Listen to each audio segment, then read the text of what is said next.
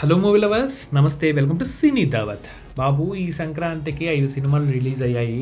5 కూడా మంచి టాక్ని తెప్పించుకున్నాయి. అయితే టాప్లో మన మెగాస్టార్ చిరంజీవి గారి మన శంకర వరప్రసాద్ గారు సినిమా ఉంది.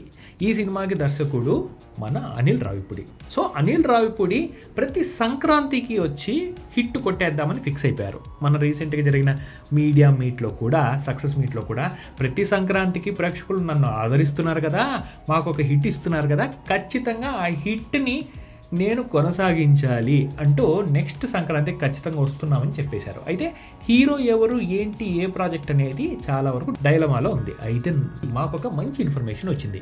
ఈసారి అనిల్ రావిపూడి మన పవర్ స్టార్ పవన్ కళ్యాణ్ గారితో ఒక సినిమా చేయబోతున్నారట.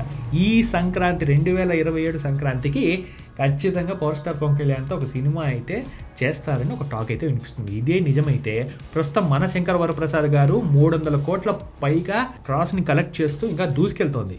కానీ నెక్స్ట్ అన్నయ్యతో బ్లాక్ బస్టర్కి హిట్ కొడితే తమ్ముడితో డబుల్ బ్లాక్ బస్టర్ హిట్ కొడతారేమో అనిల్ రావిపూడి గారు ఖచ్చితంగా అనిపిస్తుంది. సో అనిల్ రావిపూడి గారు ఏ హీరోతో చేసినా కూడా ప్రతి సంక్రాంతికి మనకు ఒక పండుగ లాంటి సినిమాని ఇస్తారు కాబట్టి ఆయనకు ఆల్ ది బెస్ట్ చెప్పుకుందాం. పవర్ స్టార్ పవన్ కళ్యాణ్ గారితో చేసేటట్టయితే ఇంకా పవర్ స్టార్ పవన్ కళ్యాణ్ గారి ఫ్యాన్స్ ఊగిపోతారు. నాకేసి సినిమా ఫ్యాన్ నేనే తట్టుకోలేకపోతున్నా ఈ వార్తని.